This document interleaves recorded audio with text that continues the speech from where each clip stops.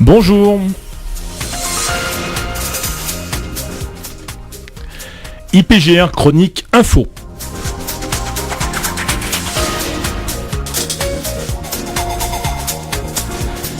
Bonjour à toutes, bonjour à tous, Richard Findiquian pour vous présenter le magazine IPGR Chronique Info. IPGR Chronique Info, c'est le magazine de radio-dialogue consacré à la prévention des risques que produit l'Institut de prévention et de gestion des risques urbains. Une émission consacrée aujourd'hui à l'Institut national de plongée professionnelle de Marseille. Notre invité, Paul Gavary, directeur de l'Institut national de plongée professionnelle. Paul Gavary, bonjour. Bonjour. À Marseille, l'Institut national de plongée professionnelle forme chaque année 4 à 500 stagiaires. Certains veulent devenir scaphandriers, d'autres pilotes de navires sous-marins, civils ou opérateurs d'engins téléopérés. 43 personnes travaillent sur le site doté d'engins spécifiques. L'Institut national de plongée professionnelle développe ses activités au niveau international. Certaines des formations ne sont d'ailleurs disponibles qu'à 2 endroits dans le monde, Fort William en Écosse et l'INPP de Marseille. On peut dire, Paul Gavary, que son audience à l'international situe l'INPP parmi les premiers centres du monde. Oui, ça nous pouvons l'affirmer, car nous, avec le centre de Fort William, nous assurons la formation des scaphandriers qui opèrent dans le domaine de l'exploration pétrolière offshore.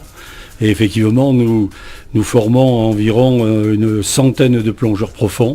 Ouais.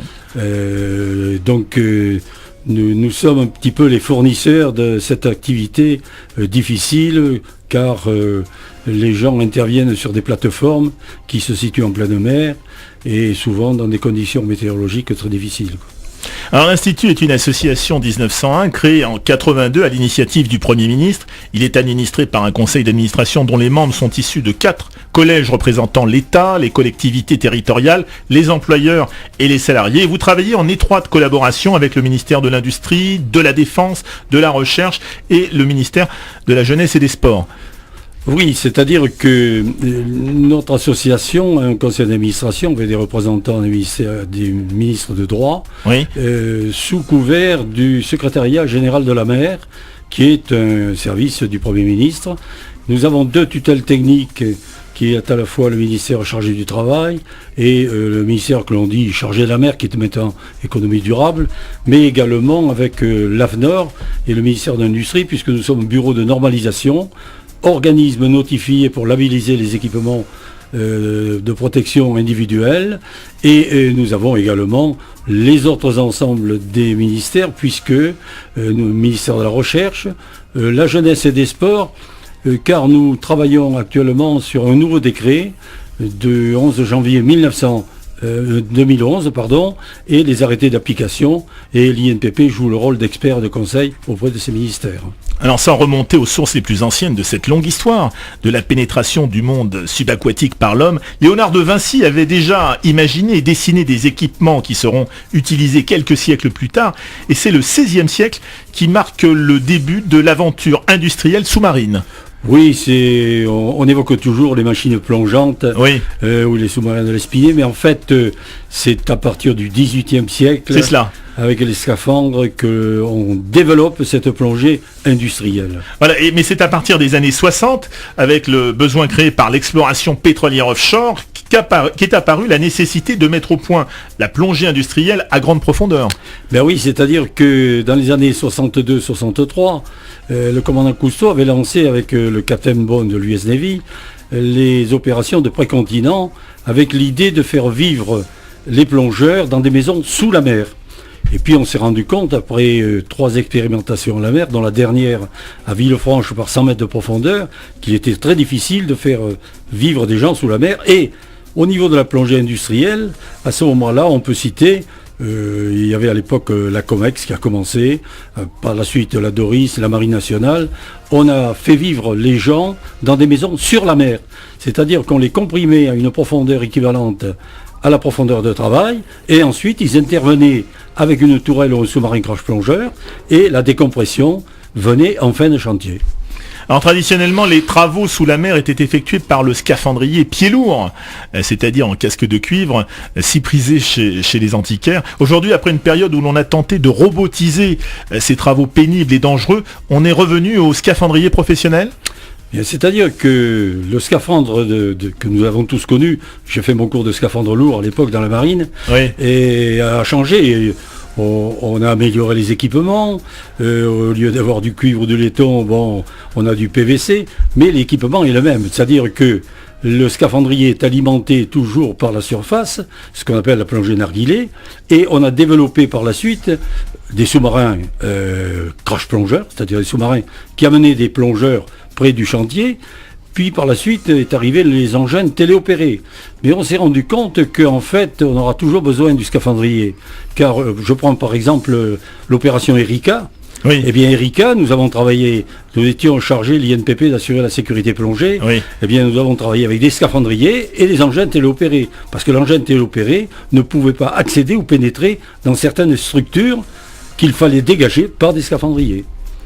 Alors, des caissons hyperbares des hôpitaux utilisés pour soigner des pathologies allant des maladies de la peau liées au diabète, au mal aigu des montagnes, en plus des accidents de décompression, nécessitent des opérateurs. On pourrait également parler des techniciens EDF qui travaillent dans des centrales nucléaires, des conducteurs de sous-marins civils, des tunneliers tubistes, des inspecteurs des piliers de pont, des ostréiculteurs ou conchiliculteurs et encore des archéologues effectuant des fouilles sous-marines, des cinéastes et des caméramens qui tournent des images fabuleuses de la vie marine. Cela fait beaucoup de secteurs d'activité et de professions qui font appel à vos services afin d'apprendre et de se former, Paul Gavary. C'est-à-dire que nous avons deux secteurs d'activité.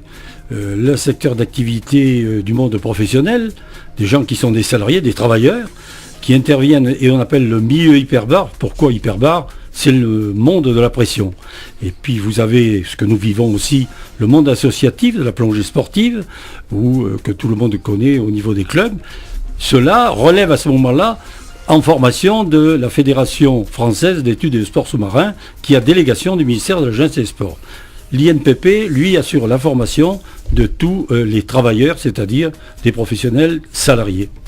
Alors l'homme a marché sur la Lune, mais actuellement il est incapable de survivre à plus de 700 mètres sous la surface de la mer. 700 mètres, c'est la profondeur maximale en matière de plongée sous-marine ? Bien oui, parce que dans les années 76 d'abord, on a franchi, si vous voulez, la barrière des 500 mètres en envoyant sur un chantier au large de Toulon des Comex et Marine Nationale, des gens travaillaient à 500 mètres en respirant des mélanges synthétiques oxygène-hélium.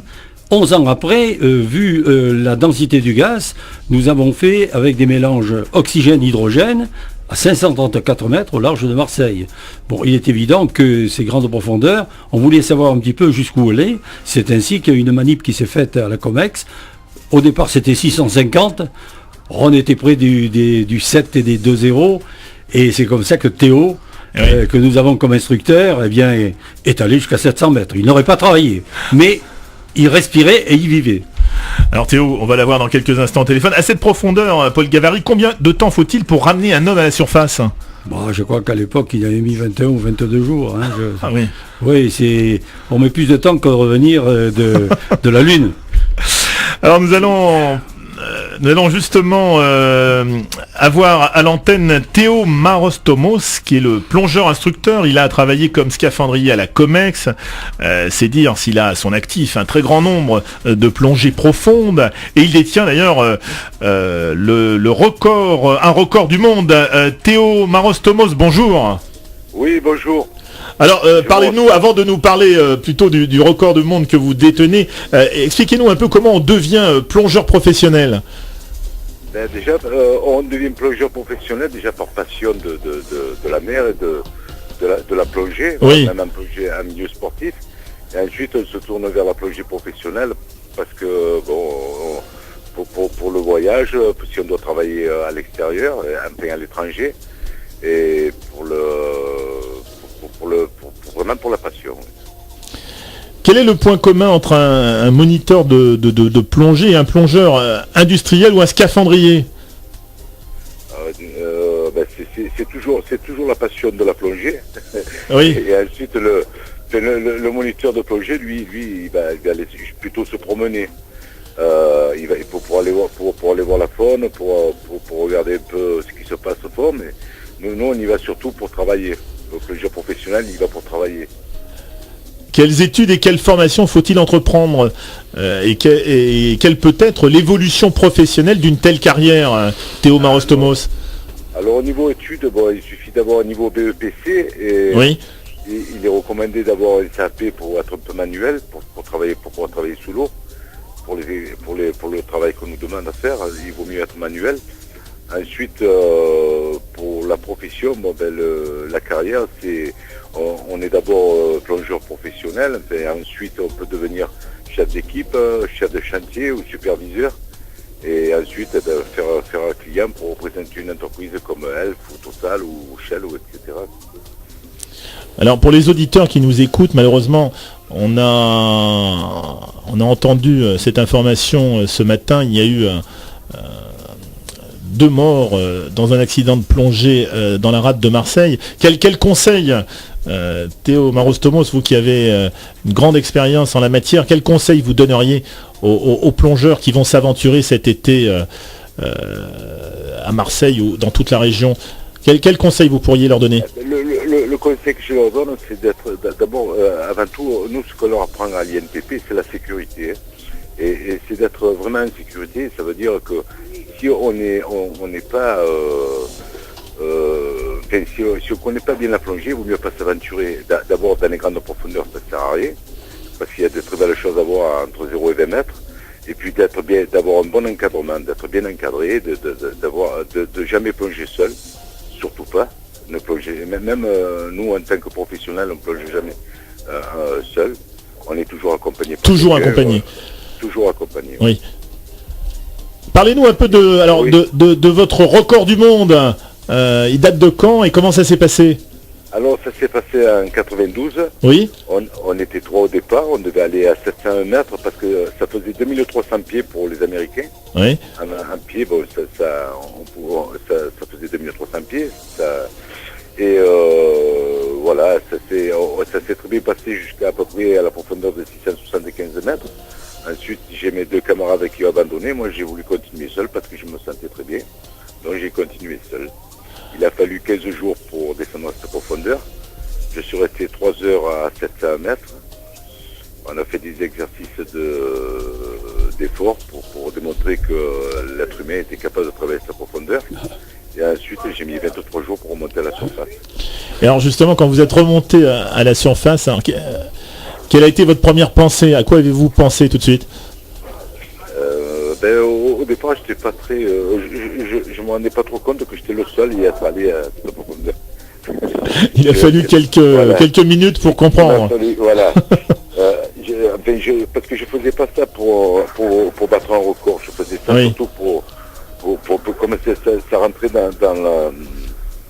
Ça faisait partie de ma profession, de mon travail. On fait ça toute l'année. Bon, pas à cette profondeur, mais on allait à différentes profondeurs, entre 100 et 300 mètres pour le travail. Et ensuite, quand on m'a demandé de faire cette plongée profonde, ce qui me changeait, c'est un peu la profondeur, mais c'est surtout le gaz qu'on respirait, qui était un nouveau gaz. On était un peu dans l'incertitude au départ, mais comme j'ai très apprécié ce gaz parce qu'il me permettait de respirer mieux parce qu'il était moins lourd que l'héliox, c'était de l'hydréliox. Et ça a été dur, mais ça m'a bien plu, je recommencerai volontiers. En tous les cas, bravo pour ce record du monde, Théo Marostomos, et merci d'être intervenu dans cette émission. À très bientôt, au revoir. Merci, au revoir.